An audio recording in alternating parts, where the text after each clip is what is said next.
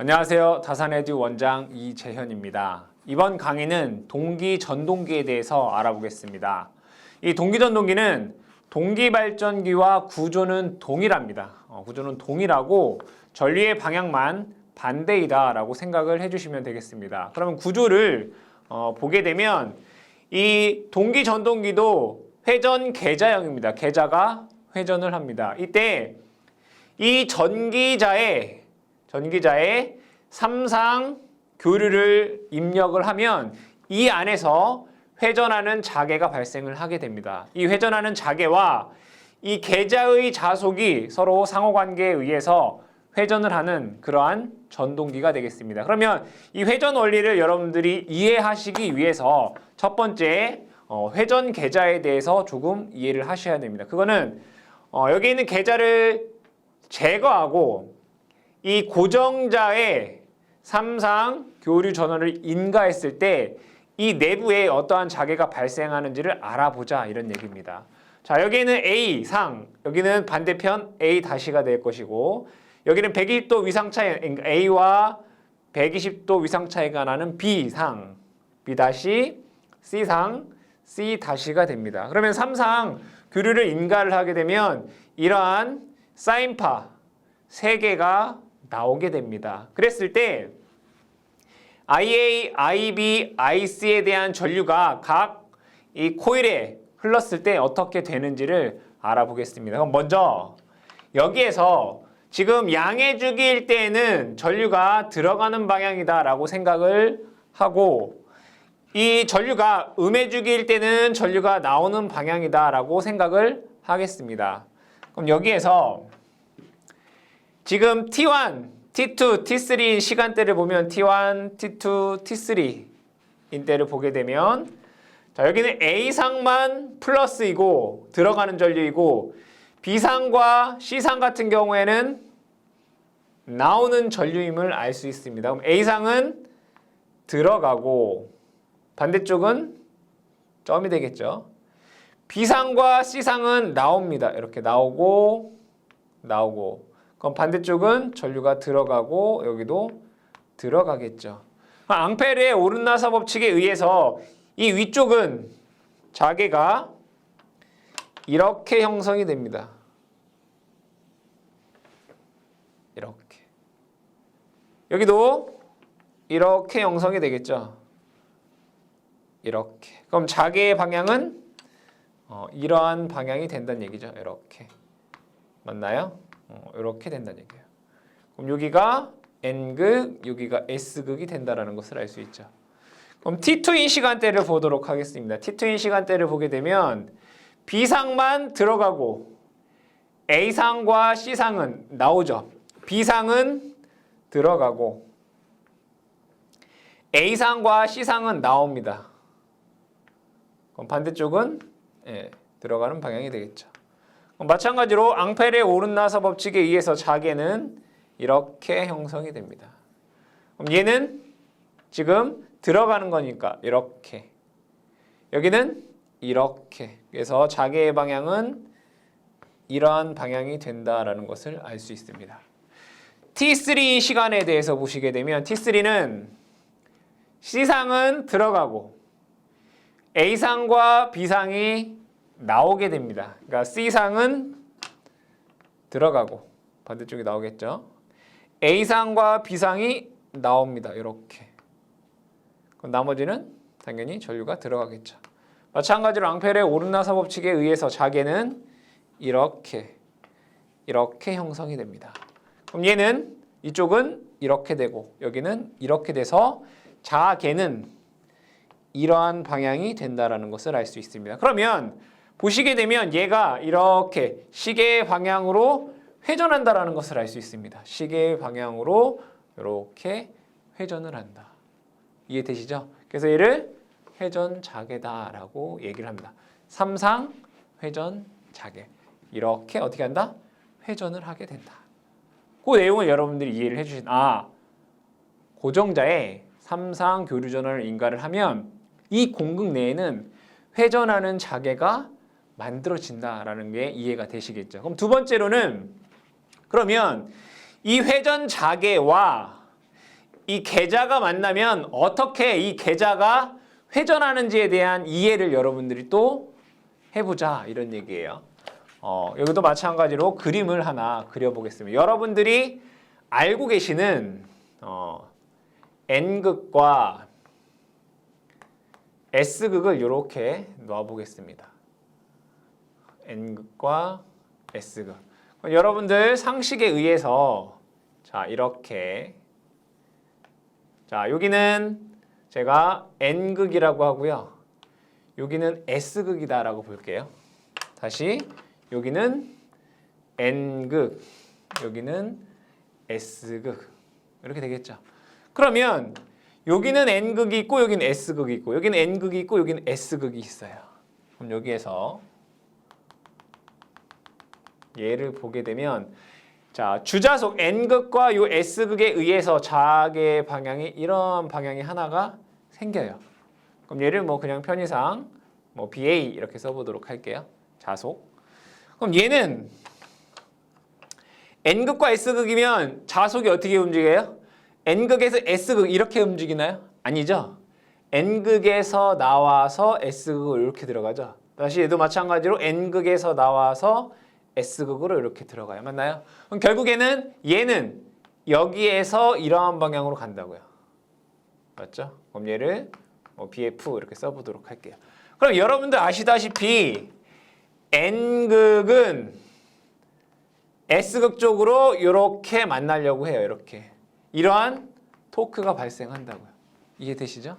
그럼 S는 N극 쪽으로 이렇게 가려고 토크가 생겨요. 맞죠? 이해되시죠? 그럼 제가 여기서 편의상 얘를 세타다라고 하면 이때 이 토크 값이 얼마냐면 어떤 상수값 K에 대해서 BF와 BA의 어떤 크로스로 이러한 토크가 발생이 돼요. 중요한 것은 얘와 지금 일치하려고 힘이 발생한다 이런 얘기예요. N극과 S극으로. 그럼 이거랑 동일하게 똑같은 걸 하나를 그려보도록 할게요. 이렇게. 자, 여기를 다시 N극이라고 하고요. 여기를 S극이다라고 볼게요. 그리고 여기에 제가 코일 하나를 놓아 보도록 할게요. 여기 있는 코일과 여기 있는 코일을 이렇게 한번 놓아 보겠습니다. 그러면 여기는 얘는 전류가 나오는 방향이고요. 얘는 전류가 들어가는 방향이다 라고 해볼게요. 그러면 이 코일에 의해서 자기장은 이렇게 되나요? 그래서 얘에 의한 자기장은 이렇게 만들어지고요. 그렇죠? 얘에 의한 자기장은 이렇게 만들어져요. 얘가 이렇게 만들어진다고요. 그렇죠? 결국에는 자 N극과 S극에 의한 이 자속 BA와 그죠? BA와 요 코일과 얘는 서로 한 짝이잖아요. 짝. 이렇게 볼까요? 요 코일과 어떻게 돼요? 얘가 자속이 수직하는 이러한 자석이 만들어진다. BF. 그렇죠? 그로 인해서 얘 모양이랑 얘 모양이 어때요? 똑같죠? 그럼 얘는 어떠한 방향? 이러한 방향으로 회전력이 발생이 된다. 이런 얘기예요. 이해되시나요? 요렇게. 얘도 요렇게. 그러면 자, 분명히 얘는 이렇게 회전하려고 해요. 이렇게. 그러니까 얘를 따라가려고 하는 거예요. 그러니까 이 자속과 이 자속이 서로 포개지도록 얘는 이렇게 어떻게 한다고요? 따라간다고요. 얘도 마찬가지로 이렇게 따라가기 때문에 얘가 회전을 하는 거겠죠. 그럼 여기서 한 가지 더 추가를 해볼게요. 그러면 얘를 원래 이 자석을 이렇게 회전을 시켜볼게요. 얘도 이 자석을 이렇게 회전을 시켜볼게요. 얘 바깥쪽에 있는 걸 얘기를 하는 거예요.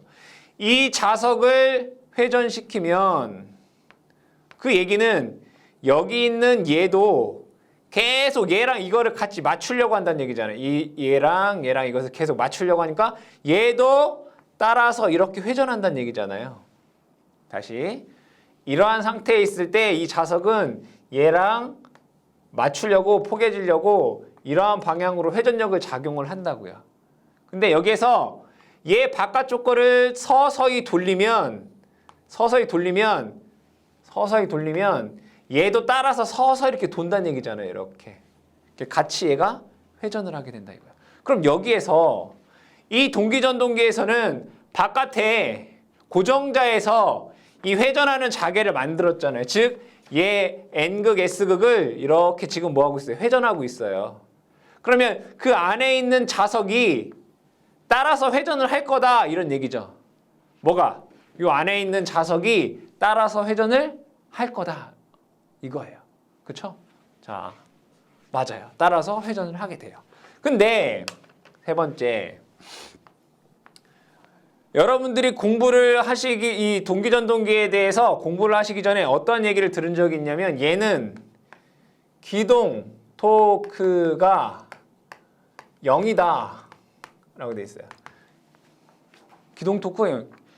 기동하지 못한다 이거예요. 혼자 기동하지 못한다. 지금 여기서 보시면 얘를 이렇게 회전을 하면 얘가 따라서 이렇게 돈다라고 했는데 왜 기동 토크가 0이냐 이거에 대해서 얘기를 해보자 이거예요. 이거에 대해서 얘기를 해보자. 그럼 여기 있는 이 자석을 이렇게 이 자석을 제가 이렇게 그려볼게요. 이 안에 있는 자석 여기를 N극 여기를 S극 이렇게. 그리고 요 N극 S극을 볼게요. N극 S극. 얘에 대한 자속이 이렇게 돼 있다. 이렇게 포개져 있다라고 볼게요. 이렇게. 그럼 이거 순서대로 한번 제가 한 5개를 한번 그려볼게요. 이렇게 하나, 둘, 셋, 넷, 5개. 되나요? 자, 요 N극, S극, N극, S극, N극, S극. 이렇게 볼게요. 여기서 그린 제가 N극, S극, N극, S극, N극, S극은 얘는 계좌예요, 계좌. 그러니까 회전자. 얘가 정지해 있을 때 얘가 이렇게 돼 있을 거 아니에요. N극, S극, N 이렇게. 정지시 이렇게 있을 거란 말이에요. 그러면 이 동기전동기 전기자에다가 삼상 전원을 주면 얘가 회전 계좌가 발생, 회전 자개가 발생. 이렇게 있다가 그쵸? 이렇게 있다가 얘가 이렇게 됐다가 다시 이렇게 됐다가 얘가 다시 이렇게 돼요. 계좌가 회전한다면서 이렇게 회전 자개가 이렇게 돌려서 이렇게 이런 식으로 회전한다. 그러니까 이 빨간색은 뭐냐면 삼상 회전 자개예요. 삼상 회전 자개. 그러면 아까 설명한 바로는 이 빨간색이 이렇게 진행하면서 회전을 하면 얘도 따라서 이렇게 돌 거란 말이에요. 근데 잘 생각을 해보세요. 만약에 주파수가 1Hz예요. 1Hz면 얘가 이렇게 1초, 얘가 1초 걸린다는 얘기잖아요. 1Hz면 이렇게 한 바퀴 도는데 1초 걸린다는 얘기예요. 맞나요? 1Hz면 얘가 1Hz면은 1초에 주파수가 1개 생기는 거잖아요. 그러니까 얘가 이렇게 되는데 1초 걸려요. 그럼 얘는 이렇게 오는데 4분의 1초, 이렇게 오는데 4분의 1초, 이렇게 오는데 4분의 1초, 이렇게 오는데 4분의 1초예요. 그렇죠? 근데 우리가 사용하는 주파수 F는 얼마예요? 60Hz예요. 무려 60배예요. 그럼 얘가 이렇게 오는데 60하면 얘가 240분의 1초예요. 얘도 마찬가지로 얘가 이렇게 되는데 240초분의 1초예요. 그럼 얘는 분명히 자 여기서 이렇게 오는데 회전자개가 이렇게 만들어지면 얘는 따라서 이렇게 돌아와야 되잖아요. 이렇게 따라서 얘가 따라서 이렇게 돌아와야 된단 말이에요. 근데 이게 너무 빠른 거예요. 자 여기에서 이 순간 딱 오는 순간 이 회전자가 돌아야지 라고 했는데 얘는 벌써 여기를 지나 여기를 지나 여기 지나 다시 원래대로 왔어요. 이해되세요? 계자가 이 회전자가 이 삼상 회전자계를 따라서 돌아야 되잖아요. 그러니까 이 하얀색이 자석이 이 빨간색이 도는 대로 따라서 이렇게 돌아야 된단 말이에요. 근데 얘가 기동해야지. 그러니까 얘가 이렇게 딱 왔는데 그럼 얘를 따라서 기동해야지 라고 했는데 얘는 움직이려고 했는데 벌써 시간이 너무 빨라서 이만큼 벌써 와버렸단 얘기예요. 즉 그 얘기는 뭐냐면 회전자의 관성에 의해서 정지하고 있는 물체는 계속 정지하려고 하는 정지 상태를 유지하려고 하는 힘이 있잖아요. 얘는 가만히 계속 이렇게 너무 빠르기 때문에 얘가 기동할 수가 없는 거예요. 그래서 동기전동기는 기동 토크가 0이다 이거예요. 0이다. 그럼 얘를 기동해 주려면 어떠한 방법이 있을까요? 어떠한 방법이 있을까요? 첫 번째는 주파수를 낮춘다 이거예요. 그러니까 이 회전자가 이 삼상 회전자계를 따라올 수 있을 만큼 얘를 천천히 돌리는 거예요. 빨간색을. 얘를 천천히. 얘가 따라오게끔 천천히. 그 주파수를 낮춘다 이거예요. 삼상 회전자계를 속도를 늦춘다. 삼상 회전 자계의 속도를 감소한다. 천천히 이 삼상 회전자계를 천천히만. 근데 이거 현실적으로 불가능하죠. 불가능한 게 아니라 현실적으로 비효율적이죠. 비효율적이다. 특수한 경우 이외에는 그렇게 사용하지 않는다. 두 번째로는 그러면 얘가 엄청나게 빨리 돌아요. 그럼 얘가 요만큼 예를 들어 얘가 요만큼 왔을 때 요 빨간색이 요만큼 왔을 때 얘도 같이 요만큼 이동할 수 있게끔 속도를 어떻게 돼요? 맞춰주면 되겠죠. 그러니까 얘는 1초에 3,600번 돌고 있어요. 그럼 그거만큼 얘를 외부에서 이렇게 돌려주는 거예요. 거의 비슷하게. 그래서 외부 기동장치를 이용한다. 결국엔 뭐를 이용한다는 얘기예요? 원동기를 이용한다는 얘기죠. 원동기나 또는 다른 전동기. 다른 전동기를 가지고 얘를 밖에서 이렇게 회전시켜 주는 거예요. 그러니까 이 속도가 동기 속도잖아요. NS만큼 얘도 같이 돌려주다가 어느 정도 속도가 되었을 때 다시 얘는 이 삼상 회전자계는 동기 속도로 회전된단 말이에요. 그럼 이 회전자를 이 동기 속도 근처까지 얘를 어떻게 회전시켜 준다고요. 그리고 나서 외부에서 원동기를 빼버리면 얘랑 같이 따라서 돈다 이거예요. 똑같이 동기 속도로. 그래서 외부 기동장치를 이용한다. 원동기 또는 보통은 유도전동기를 사용을 합니다. 유도전동기. 세 번째가 제동권선 사용해요. 제동권선. 이걸 뭐라고 하냐면 자기기동법이라고 해요. 자기기동법. 여기 쓰는 게 이제 제동권선이죠. 이 제동권선을 사용해서 회전을 시킨다. 그럼 여기에 있는 주파수를 낮춘다, 외부 기동장치를 이용한다, 자기기동법을 사용한다, 제동권선을 사용한다. 이거에 대해서 조금 더 알아보겠습니다. 네 번째 기동법에 대해서 보죠.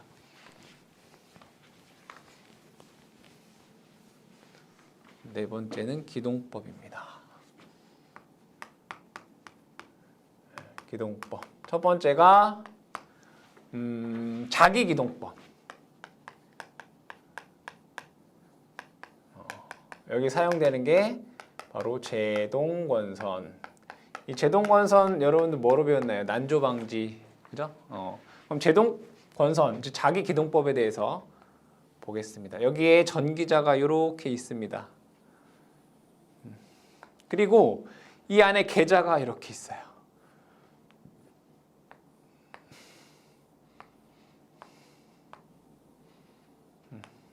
이렇게 있다라고 보겠습니다. 그리고 이 제동권선을 어디에다 설치하는 거냐면 이 회전자 계좌에다가 이렇게 설치를 합니다. 이렇게.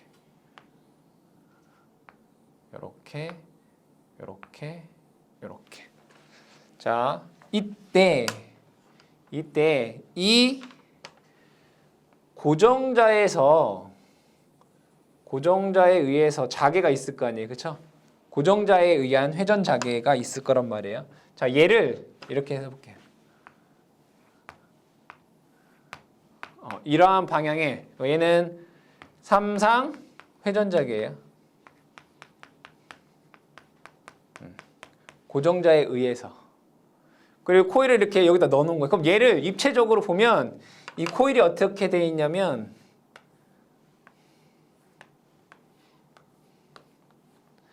여기 있는 거예요. 여기에 하나, 둘, 세 개. 하나, 둘, 셋. 하나, 둘, 셋. 예를 들어 얘가 이렇게 가서 돌아서 다시 이렇게 오는 거예요. 이렇게. 이해되시죠? 그러면 볼게요. 얘 자개가 고정자에 의한 자개가 이렇게 생길 거예요. 그리고 얘는 분명히 시계 방향으로 회전한다라고 했어요. 이게 이 빨간색이 이렇게. 그럼 볼게요. 그럼 얘 전압이 이 코일에 전압이 유도가 될 거예요. 무슨 법칙? 플레밍의 오른손 법칙. 자속의 방향은 이렇게 되고요. 자속이 이렇게 회전하면 도체는 이쪽으로 힘을 받는 거잖아요. 반대쪽으로. 그럼 전류는 들어가는 방향이 돼요. 여기는 전류가 들어가는 방향이 돼요. 이렇게.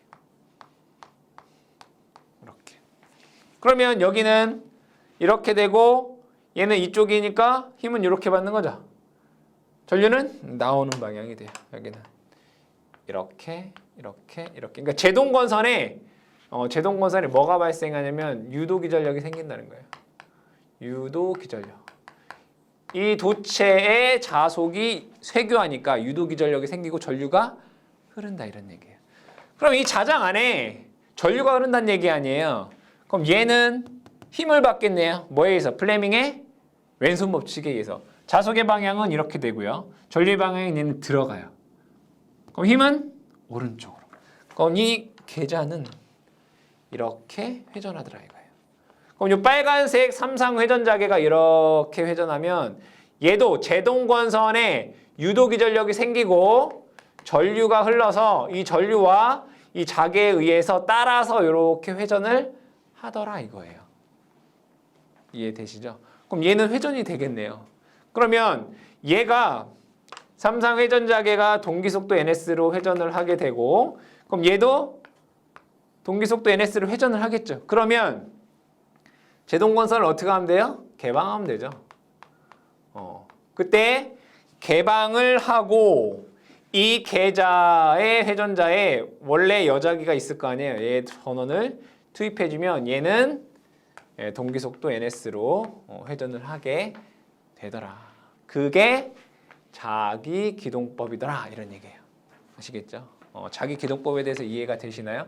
그러니까 자기기동법은 뭐냐면 이 회전자에 단락권선을 넣어서 여기에 유도기전력이 생기고 전류가 흘러서 이 전류와 회전자개와의 관계에 의해서 회전력이 발생한단 말이에요. 그러니까 얘는 뭐예요? 사실 기동권선이다라고 보시면 돼요. 기동시에만 사용이 되고 기동이 완료되면 개방하고 여기에 전원을 인가하여 동기전동기로 회전하는 그런 방식이 자기기동법이라는 얘기예요. 그러면 여기에서 또 문제에서 우리 또 문제도 풀어야 되기 때문에 이 제동권선의 역할, 어떠한 역할을 하느냐 이거 알아야 된다 이거예요. 첫 번째 제일 많이 나온 거예요. 난조방지. 그렇죠? 두 번째 지금 뭐 했어요? 자기기동법에 의해서 기동토크 발생. 기동토크를 발생한다. 세 번째는 파형을 개선할 수가 있어요. 뭘 할 수 있다? 파형 개선할 수 있다. 불평형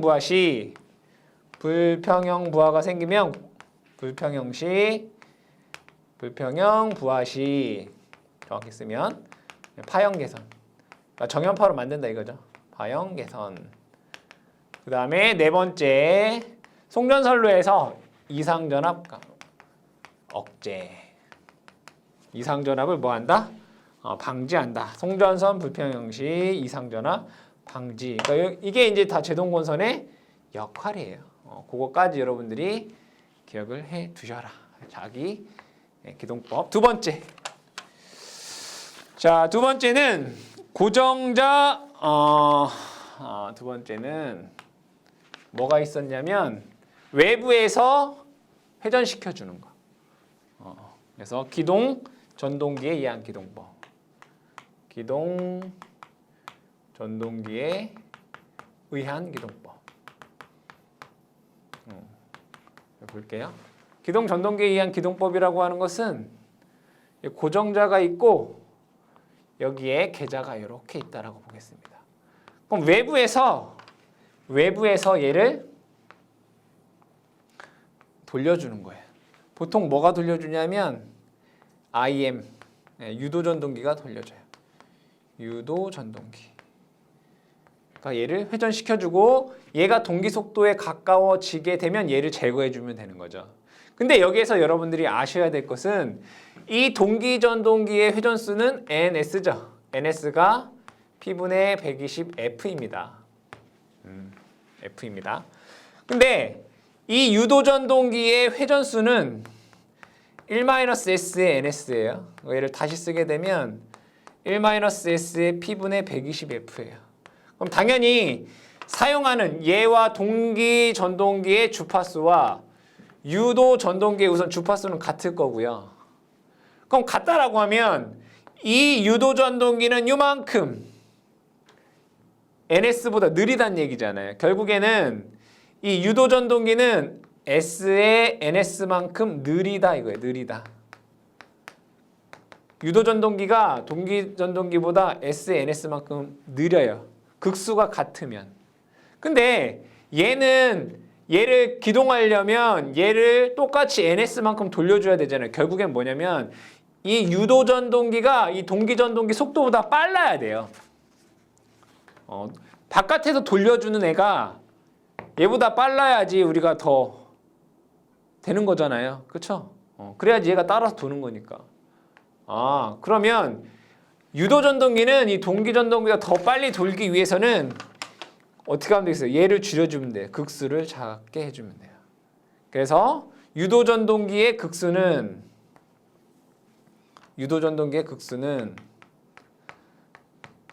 동기전동기의 극수보다 어떻게 2극 적게 해요. 게 한다. 그러니까 만약에 이 동기전동기의 극수가 뭐 6극이다 라고 하면 얘를 외부에서 돌려주는 유도전동기는 4극을 사용해야지 얘가 회전수가 더 높겠죠. 그래서 얘를 동기속도 NS만큼 돌려주고 얘가 기동이 완료되면 얘를 제거해 주시면 되겠다. 세 번째 방법은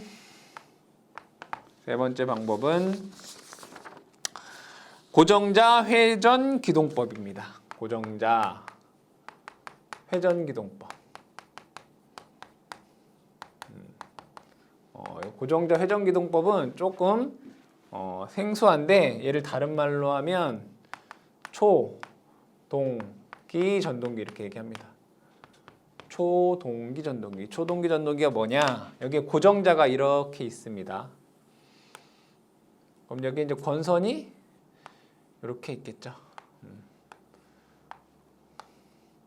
여기에서 중요한 것은 자, 이 계자가 N극, S극 이렇게 있다라고 했을 때 이 회전자계가 얘가 회전자계가 NS만큼 회전을 하고 있잖아요. 그러면 얘도 똑같이 NS만큼 회전되게 기동시 해주면 되는 거죠. 그러니까 얘가 NS, 얘가 NS면 되는 거예요. 똑같은 방향으로. 그럼 얘가 기동이 되는 거예요. 근데 이 고정자 회전 기동법이라고 하는 건 뭐냐면 얘는 가만히 있어요. 얘를 NS만큼 이렇게 돌리는 게 아니라 반대로 얘를 이러한 방향으로 NS만큼 돌려요. 고정자를 이렇게 돌린다고요. 그러면 얘는 가만히 있어도 얘가 이렇게 ns만큼 도는 거랑 같은 효과가 되잖아요. 다시 회전자계는 시계 방향으로 이렇게 돌고 있단 말이에요. 근데 얘는 가만히 있어요. 가만히 있는다고요. 그럼 얘하고 속도 차가 ns만큼 나겠죠. 근데 얘는 이렇게 회전자계는 이렇게 도는데 고정자가 반대로 이렇게 돌아요. 그러면 얘하고 속도 차가 안 나잖아요. 이해되시겠죠? 그러니까 고정자 회전 기동법이라고 하는 것은 얘는 우선 가만히 두고 이 고정자를 반대 방향으로 ns만큼 돌려요. 그리고 나서 얘의 속도를 브레이크를 이용해서 고정자 브레이크를 이용해서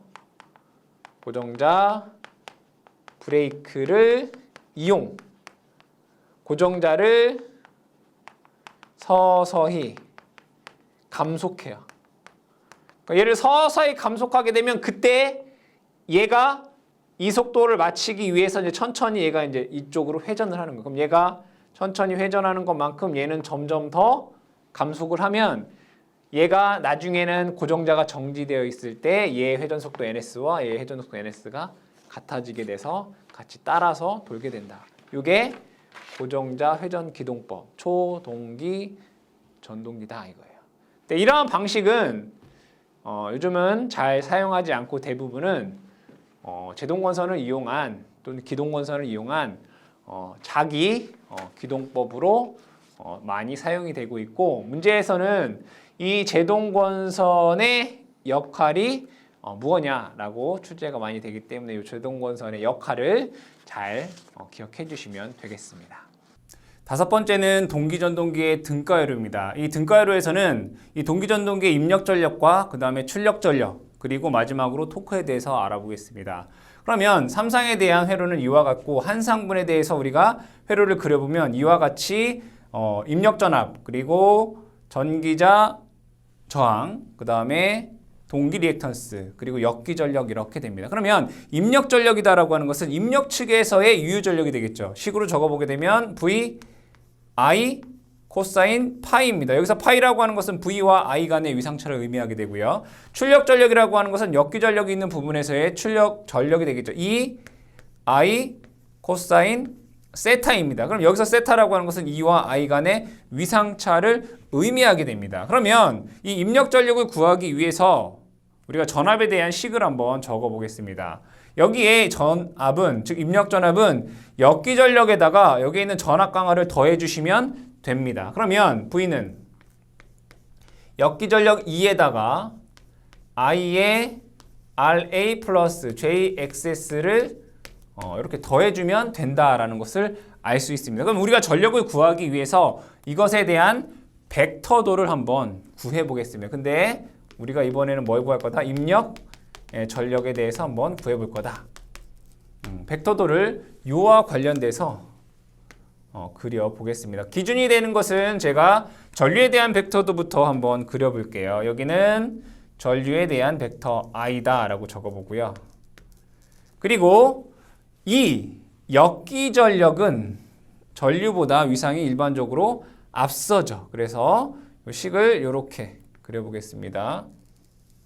여기를 E라고 써볼게요. E. 그러면 IRA는 전류와 위상이 같으니까 얘를 IRA라고 적어보고, IXS는 90도 위상이 빠르죠. 그럼 얘를 IXS다라고 적을 수 있습니다. 그럼 여기에서 요 벡터는 IGS가 되겠죠. IGS. 그러면 이 역기전력 IRA 그리고 IXS, 요걸 IXS를 더하면 입력전압 V가 됩니다.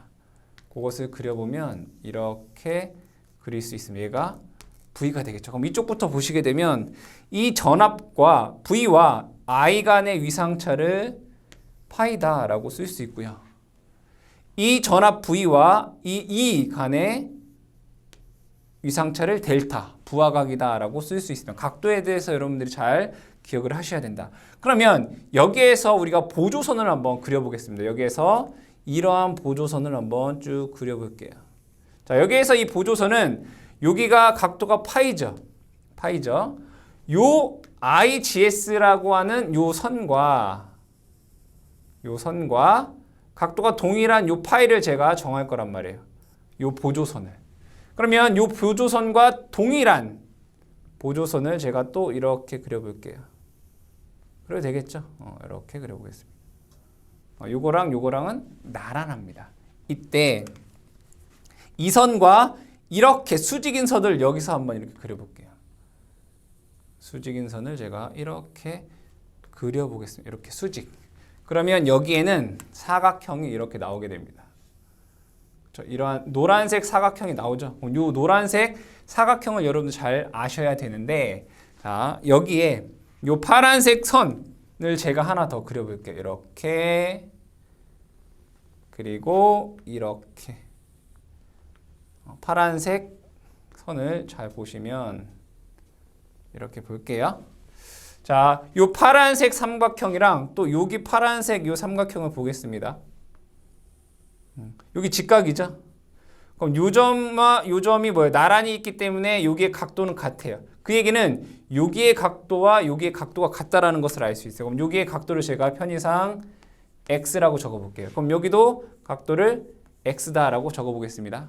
그리고 여기의 각도를 볼게요. 여기를 제가 알파라고 볼게요. 알파. 여기서 알파라고 하는 것은 xs분의 a잖아요. 그죠? 아크탄젠트 xs분의 ra의 각도예요. 요 각도 알파는.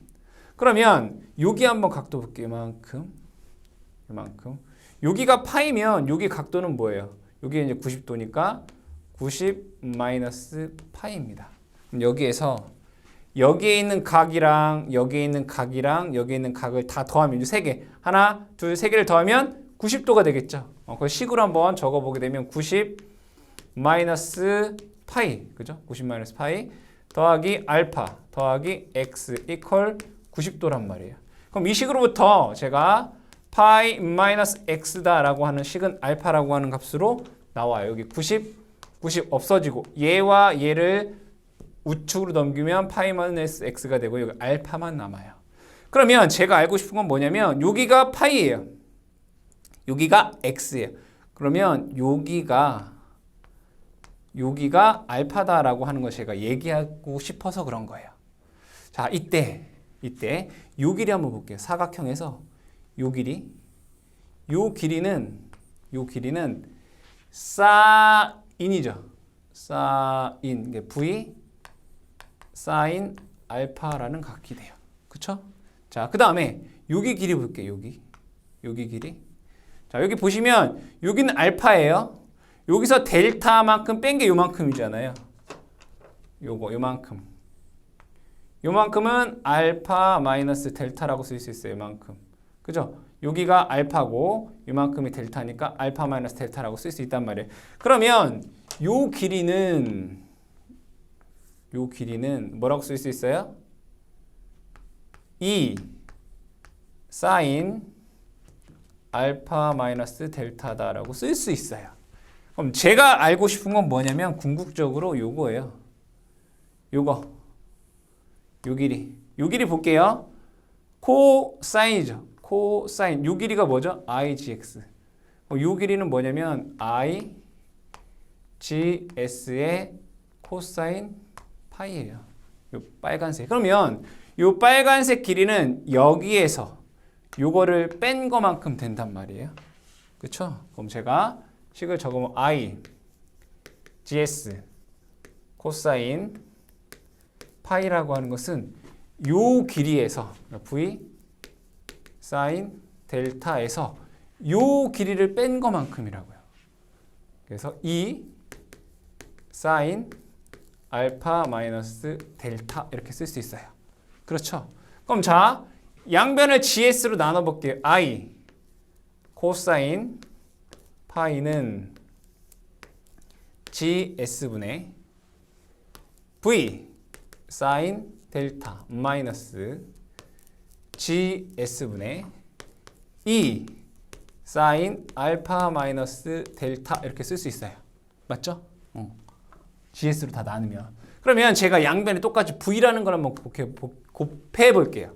V를 곱하면 얘는 제곱이 되고요. 여기는 V가 된단 말이에요. 이것이 뭐란 얘기예요? 입력 전력에 대한 값이다 이거예요. 공식이다 이거예요. 이 공식을 여러분들이 암기하실 필요는 없다 이거예요. 아, 이런 공식이 나오는구나. 근데 더 중요한 것은 우리는 일반적으로 전기자정 RA 값을 0으로 봐요. 왜냐하면 RA라고 하는 값은 XS보다 무한히 작기 때문이에요. 그러면 RA가 0이라면, 즉 이 길이가 0이라면 알파 값은 0이 돼요. 이 길이가 0이면 알파 값이 0이 돼요. 알파 값이 뭐가 된다고요?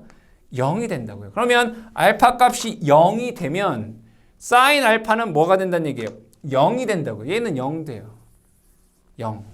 그리고 얘가 알파 값이 0 된다, 그죠? 그럼 얘를 한번 적어보게 되면 V I 코사인 파이는 RA가 0이라면 GS는 뭐랑 같아요? X?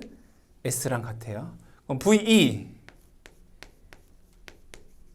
사인 마이너스 델타잖아요. 마이너스 델타.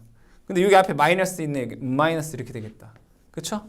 그럼 사인의 값은 마이너스입니까? 플러스가 되네요. 이렇게. 그래서 우리가 입력 전력을 이렇게 쓸 수 있다 이거예요. 아시겠죠? 이렇게 쓸 수 있다. 입력은 XS의 VE의 사인 델타. 여기 델타는 뭐예요? V와 E 간에 이루는 각 델타다 이거예요. 이해되시죠? 그러면 여기에서 3상분이면 여기 앞에서 뭘 곱해 주시면 돼요? 3상분이면 여기에 3 이렇게 들어가면 3상에 대한 입력이 되는 언제? 아래 값이 0일 때. 그럼 두 번째로는 출력 전력에 대한 걸 한번 볼게요. 출력 전력. 유도 과정은 동일합니다. 동일하다. 자, 근데 먼저 입력 전력을 아까 우리가 유도한 거를 적어 보게 되면 V I 코사인 파이 이퀄 XS의 V의 E의 사인 델타 와트다라고 하는 걸 적었죠. 분명히 쟤는 한 상분이다라고 했습니다. 자, 두 번째로는 출력 전력에 대해서 한번 또 보겠습니다. 그럼 동일하게 벡터도를 우리가 그려줘야 된다. 볼게요.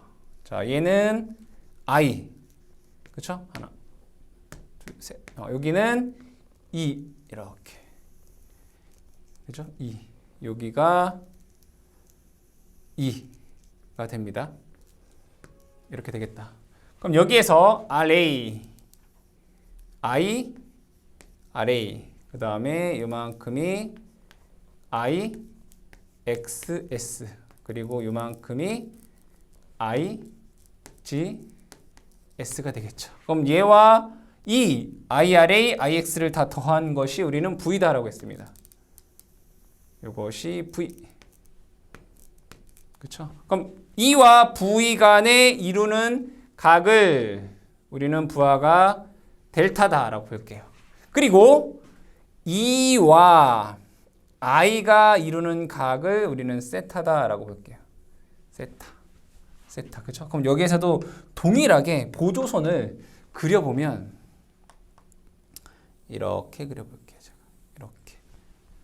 이렇게. 이제는 이 보조선은 이 IGS와 이루는 각이 이 세타이도록 보조선을 그리는 거예요.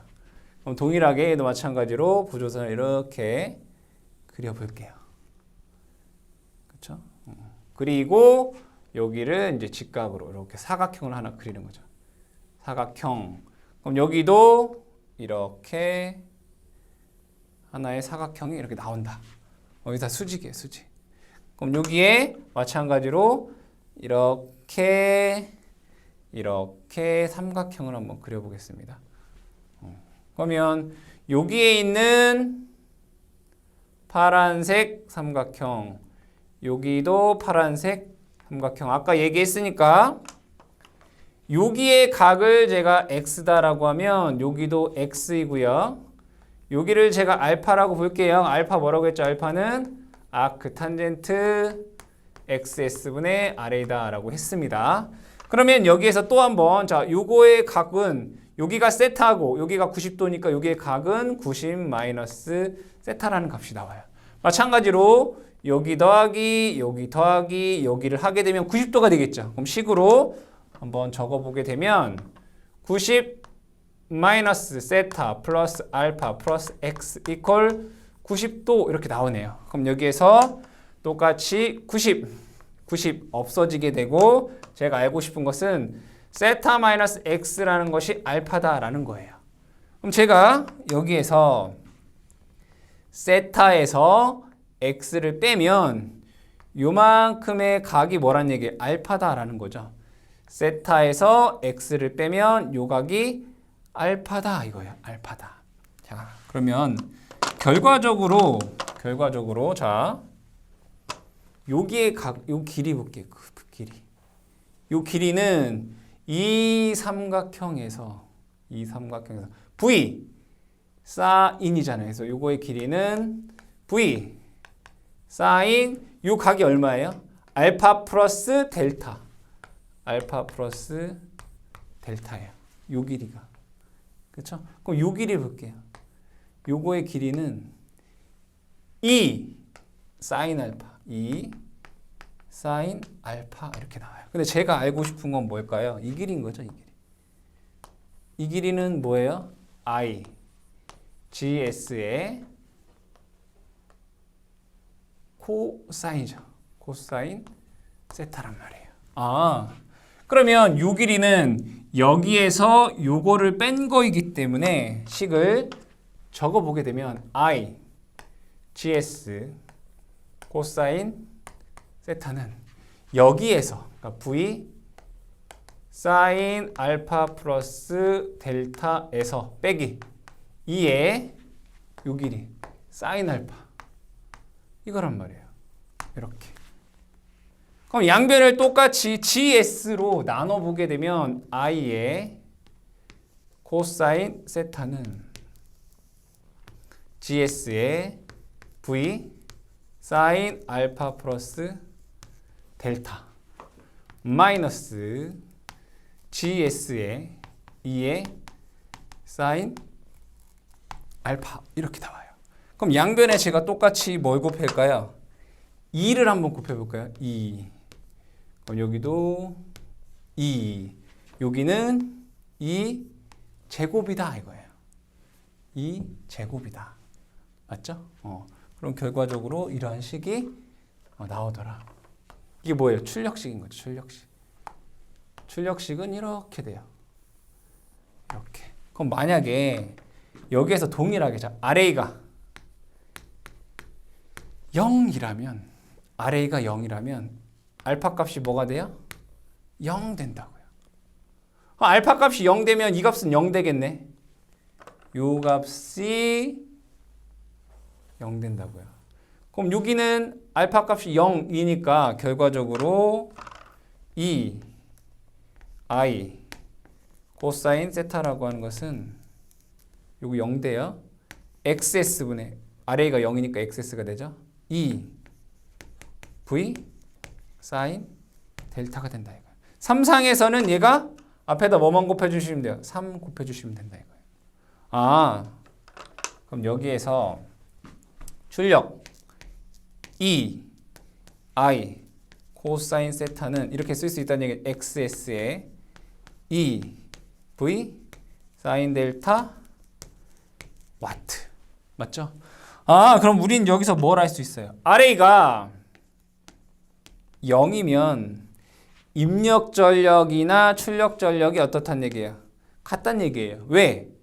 여기에서 전력 손실이 없으니까. RA가 0이란 얘기는 전력 손실이 없다는 얘기잖아요. 그 얘기는 이게 같다. 거의 같다라고 볼 수 있다. RA 값이 너무 작기 때문에 우리는 거의 같다라고 할 수 있다 이거예요. 근데 여기에서 우리 출력 전력에 대해서 한 가지만 조금 더 보도록 할게요. 여기에서 얘를 지우고 자, 볼게요. 여기 한 가지만 더 볼게요. 여기가 알파라고 했어요. 그럼 제가 얘를 베타라고 볼까요? 베타. 여기 베타라고. 그럼 베타라고 하는 것은 거꾸로잖아요. 아크탄젠트 RA분의 XS예요. 근데 이 베타라고 하는 것은 90 마이너스 알파라고 쓸 수 있어요. 그쵸? 그럼 여기에서 그렇게 한번 적어볼게요. 얘를 베타에 관한 식으로 한번 적어볼게요. 베타에 관한 식으로 적어보면 GS E V 그죠? EV 사인 90 마이너스 베타 플러스 델타라고 적을 수 있고요. 마이너스 GS의 E 제곱 사인 90 마이너스 베타라고 적을 수 있어요. 그러면 여기에서 90에 사인 90 플러스 마이너스 어떤 x라고 하는 함수는 코사인 x라고 쓸 수 있어요. 삼각함수의 식에 의해서. 그럼 얘를 다시 한번 적으면 GS의 EV에 이렇게 적을게요. GS의 EV에 코사인 90 이거는 어떻게 쓸 수 있어요? 사인으로 쓸 수 있어요. 뭐 베타 마이너스 델타 이렇게 쓸 수 있어요.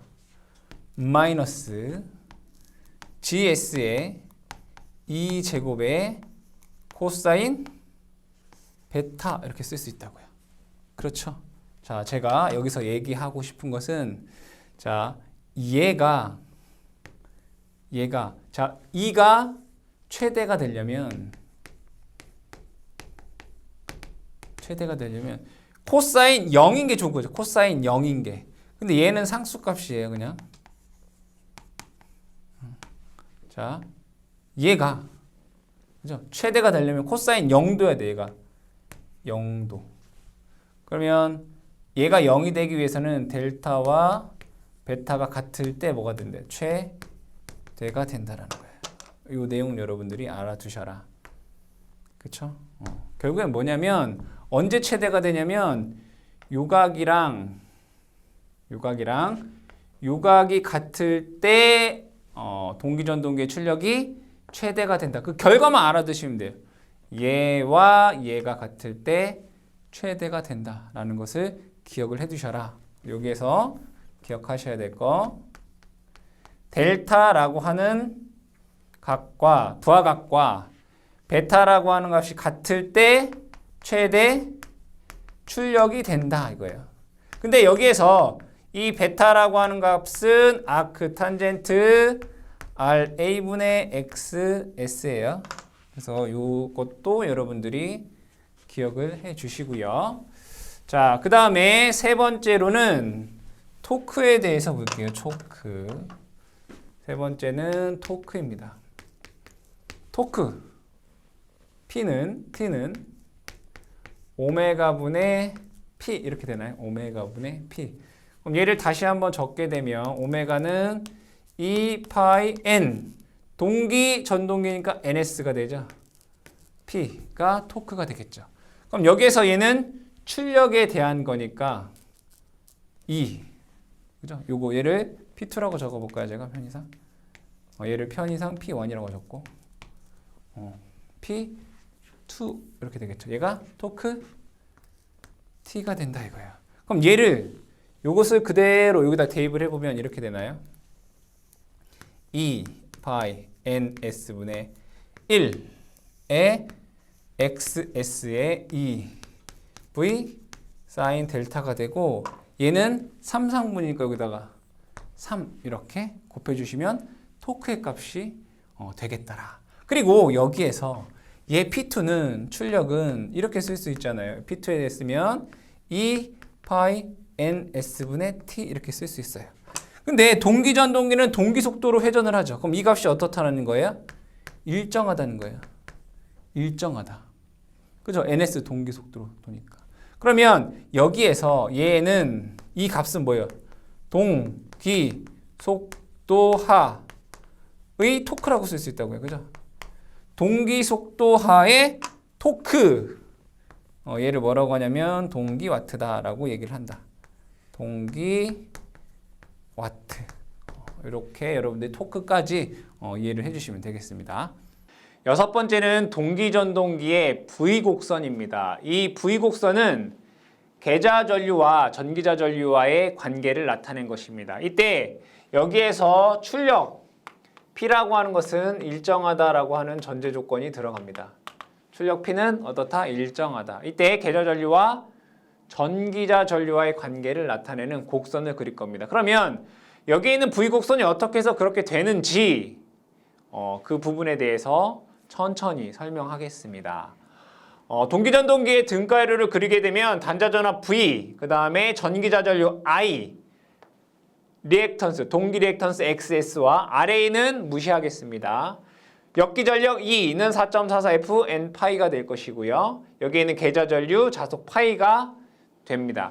그럼 여기에서 단자전압 V라고 하는 것은 역기전력에다가 전압 강하 IXS만큼을 더한 것이 됩니다. 그럼 여기에 벡터도를 하나 그려보겠습니다. V라고 하는 벡터도를 먼저 하나 그려볼게요. 이렇게 그려보죠. 얘를 제가 편의상 V라고 그려보고 여기에 E라고 하는 전압을 이렇게 해보겠습니다. E라고 하는 벡터 그려볼게요. 그러면 E와 얘랑 더한 것이 V가 되는 거기 때문에 이 부분이 IXS가 된다라는 것을 알 수 있습니다. 이렇게. 그렇죠? 이렇게 됩니다. 이거는 E라고 하는 벡터.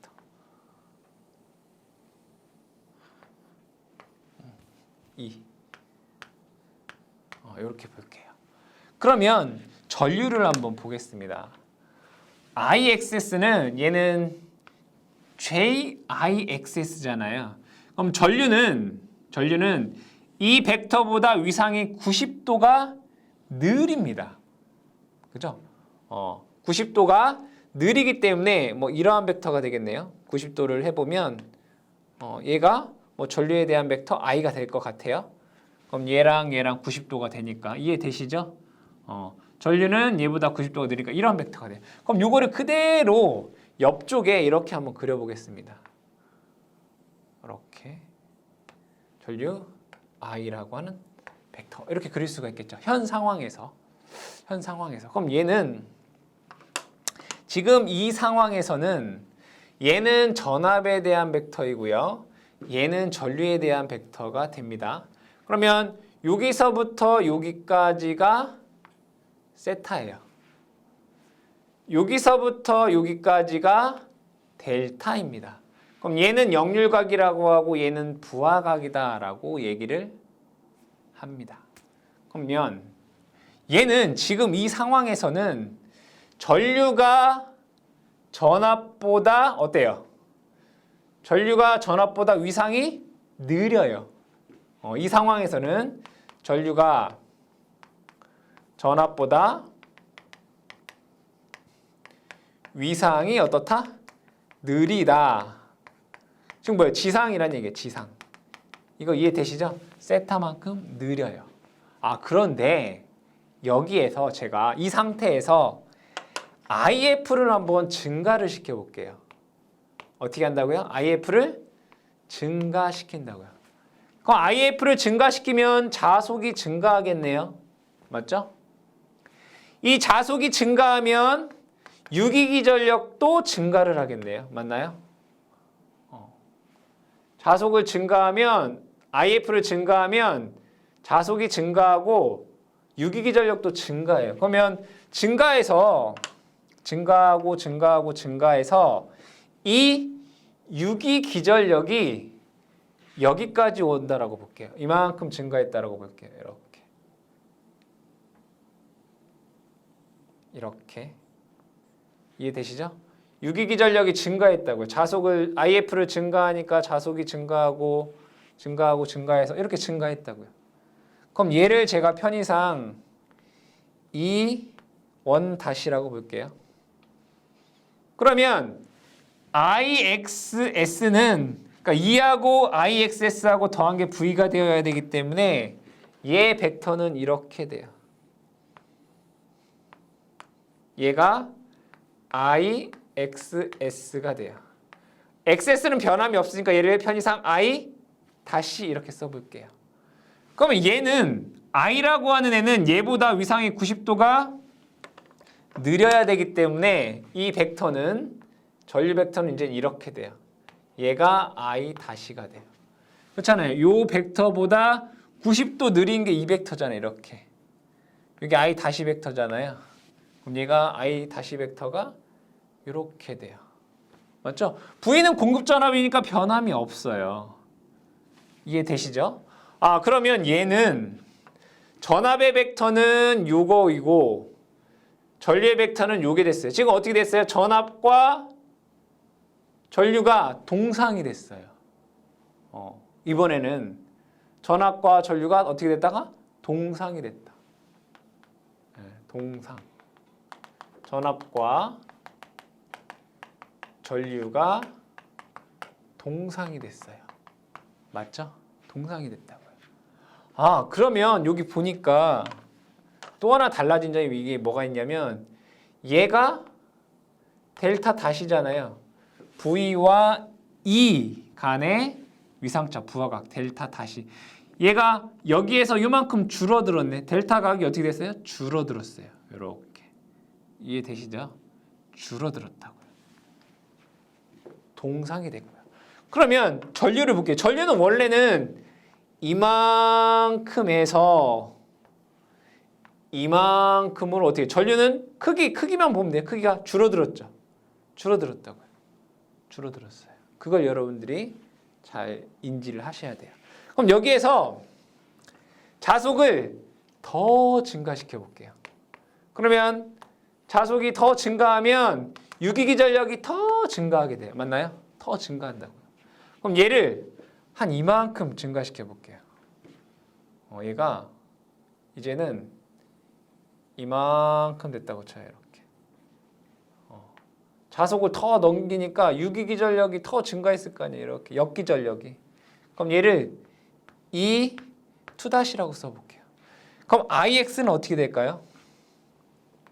IX는 이렇게 돼요. 이렇게. 그죠? 그럼 얘는 JI의 2-XS가 돼요. 그렇게 되겠죠? 이렇게. 그럼 얘와 90도가 되는 전류 벡터는 이 벡터가 돼요. I2-.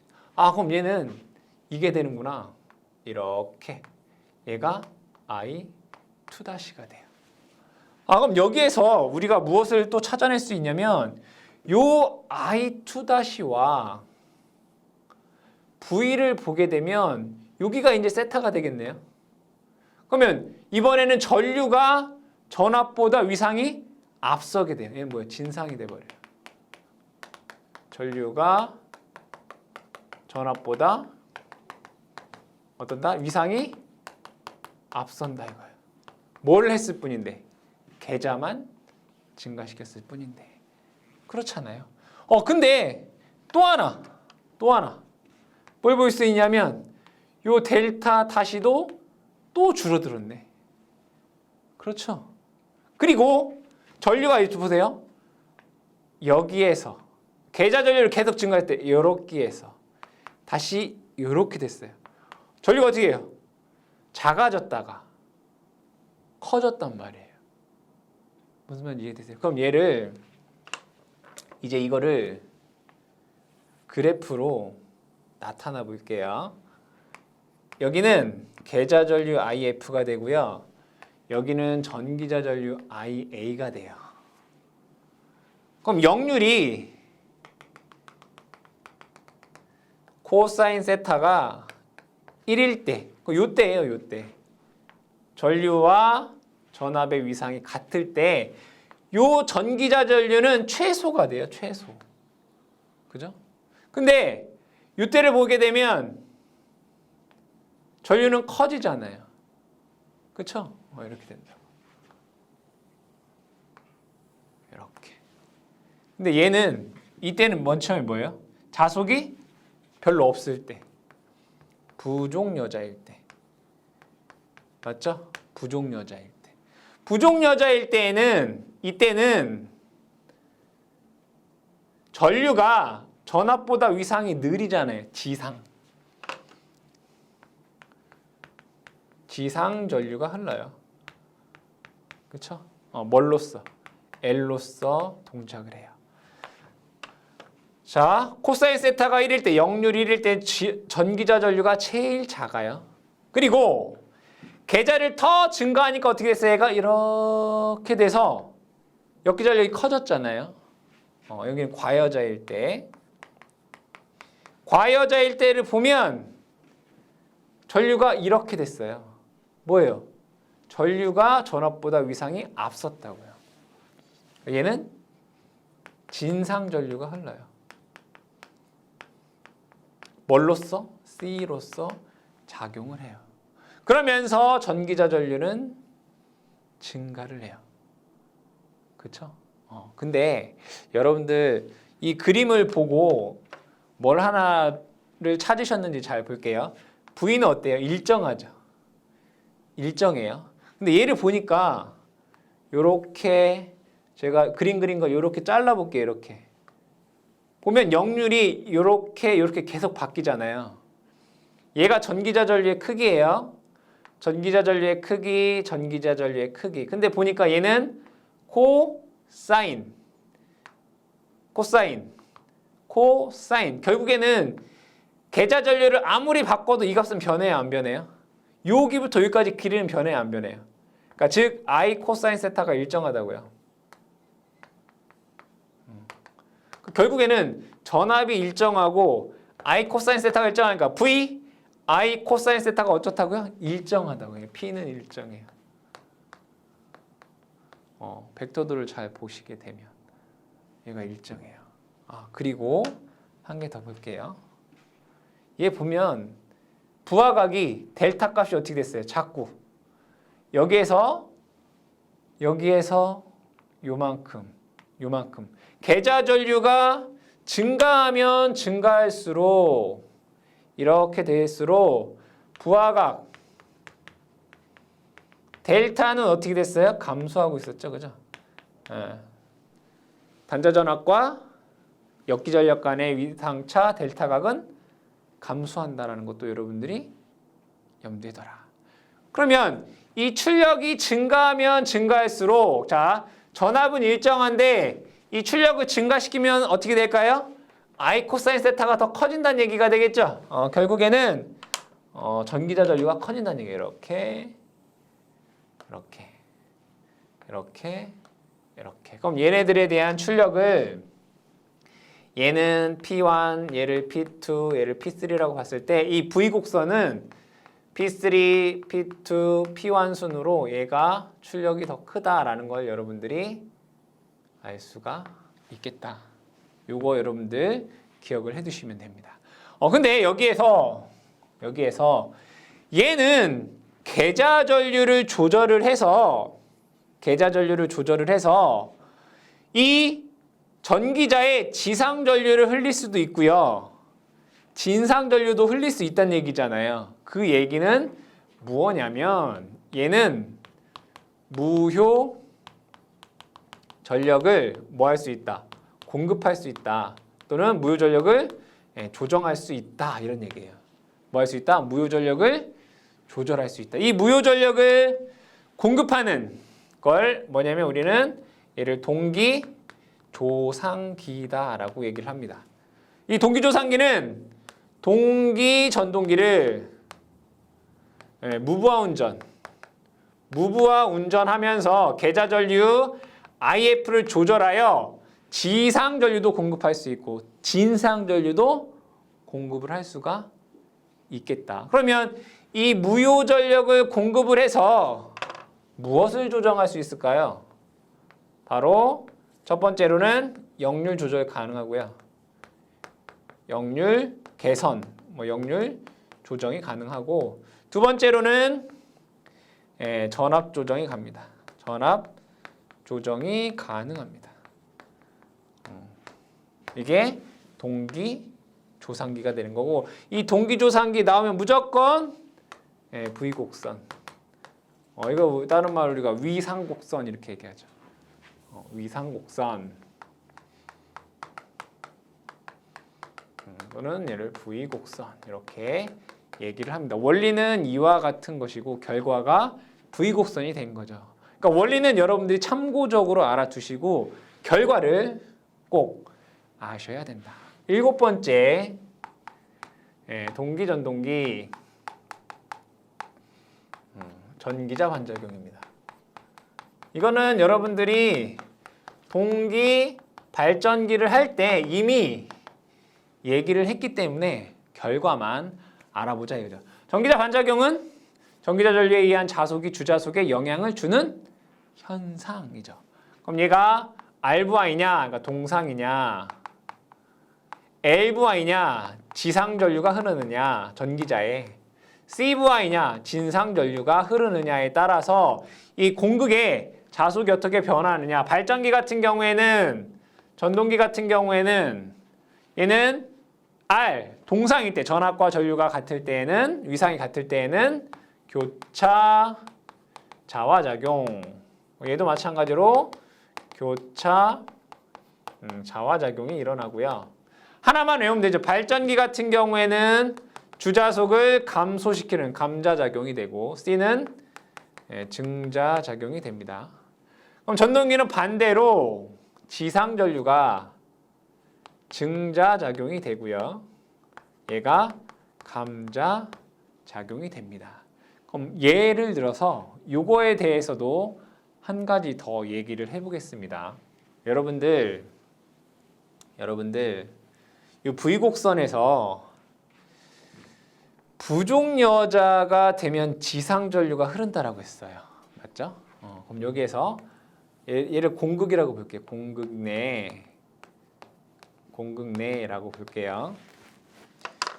부족여자면 자속을 조금 준다는 얘기잖아요. 그럼 자속이 부족해요. 그러면 이 공극내의 자속을 어떻게 해야 돼요? 항상 동일하게 유지해야 되겠죠. 어떤 물리적인 것은 항상 항상성을 유지하려고 한단 말이에요. 자속이 부족해요. 그럼 자속을 어떻게 해야 돼요? 공급해야 되겠죠. 증자가 일어나야 돼요. 증자가 일어나려면 지상전류가 흘러야 된다 이거예요. 왜? 동기 전동기에서 지상전류는 증자작용을 하니까. 그죠? 부족여자, 자속이 부족해서 증자를 해야 되니까 지상전류를 흘린다 이거예요. 부족여자에서는 지상전류가 흐른다 이거예요. 그럼 반대로 과여자를 해볼게요. 여기에 과여자. 자속이 너무 많단 말이에요. 그쵸? 그럼 자속 어떻게 좀 줄여야 되겠죠? 감자해야 된단 말이에요. 그러기 위해서 진상전류가 흐른다 이거죠. 그러잖아요. 과여자 할 때는 진상전류가 흐른다. 진상전류에서는 감자작용이 일어난다. 이걸 연관시켜서 여러분들이 좀 이해를 해주시면 조금 더 오래 그리고 정확하게 기억하실 수가 있겠죠. 자, 그 다음에 여덟 번째는 동기전동기의 특징에 대해서 보겠습니다. 특징은 우리가 지금껏 다 얘기한 것들을 정리하는 거기 때문에 어렵지가 않아요. 여덟 번째, 동기전동기 특징에 대해서 보죠. 자, 특징. 자, 동기전동기 특징에는 뭐가 있냐면 우선 속도가 일정하죠. 속도가 일정하다. 뭘로? 동기속도 ns로 일정합니다. 두 번째로는 역률 조정 가능이라는 얘기죠. 역률을 조정이 가능하다는 얘기는 이 전동기를 역률 코사인 세타를 1로서 운전 가능하다는 얘기예요. 그럼 역률이 1이면 전류가 작아지게 되죠. 아까 우리 V곡선에서 역률 1일 때 전류가 최소였어요. 그럼 전류가 최소라면 손실도 최소가 되죠. I제곱 R에 의해서 전류값이 감소하면 전력 손실도 줄어들 수 있단 말이에요. 그 얘기는 손실이 적기 때문에 효율이 좋다. 효율이 좋다라고 하는 장점이 있겠고요. 네 번째, 동기전동기의 특징이 공극이 크고